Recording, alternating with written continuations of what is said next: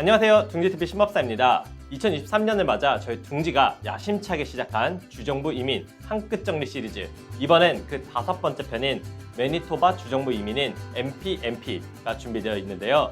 매니토바 주정부 이민은 2022년 11월 NOC 코드 도입과 더불어 주정부 이민 정책을 수정하는 듯 했으나 다행히 기존과 아주 크게 달라진 점이 없어 기존에 매니토바 이민을 준비하던 분들의 혼란을 잠재울 수가 있었는데요. 그만큼 원래 매니토바 주정부 이민 프로그램은 독특한 개성을 지닌 편이라 이미 알고 있는 것들의 변화를 우려한 목소리가 있었다고 할 수 있습니다. 그렇다면 매니토바 주정부 이민은 무엇이 어떻게 다른 것일까요? 이번 시간엔 그 매니토바 이민에 대해 여러분이 쉽게 이해할 수 있도록 간략히 설명해 드리고자 합니다.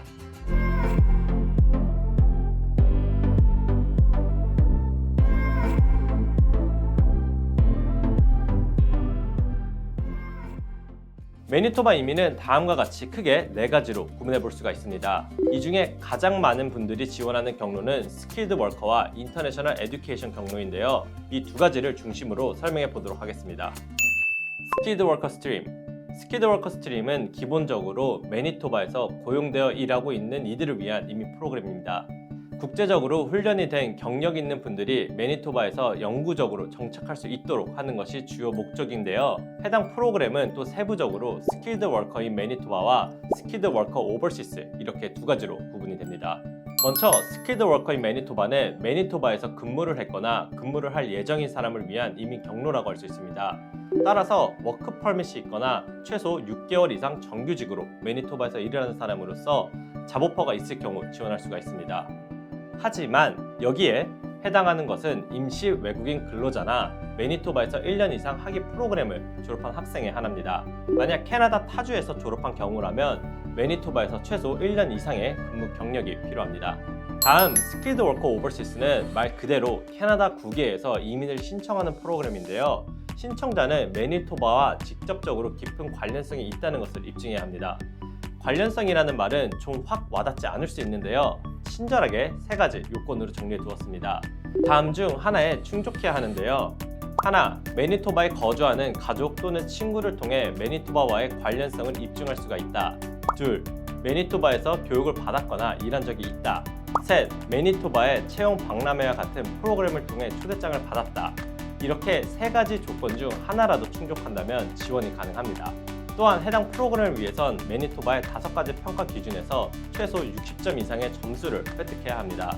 5가지 평가 기준은 언어 능력, 나이, 경력, 교육 수준과 매니토바에 정할 수 있는 가능성으로 이루어질 수가 있는데요. 여기서 경력은 6개월 이상 정규직으로 근무한 경험에 한해서 평가합니다. 적응성 같은 경우는 매니토바와 관련성이 있는가를 따져 점수를 주는데요. 예를 들어 가족이나 친척이 거주하거나 이곳에서 학업 경험 또는 일한 경험이 있는가에 따라 획득할 수 있는 점수가 달라집니다. 인터내셔널 에듀케이션 스트림. 매니토바에서 졸업한 학생을 위한 이민 경로도 인기가 있는 이민 프로그램 중 하나로 인터내셔널 에듀케이션 스트림을 들 수 있는데 쉽게 줄여서 IES라고 부르기도 합니다. 해당 프로그램은 또 3가지 하위 경로로 나눠질 수 있는데요. 다음과 같이 구분합니다. 단, 이를 이용할 수 있는 건 매니토바에서 졸업한 사람에 한해서인데요.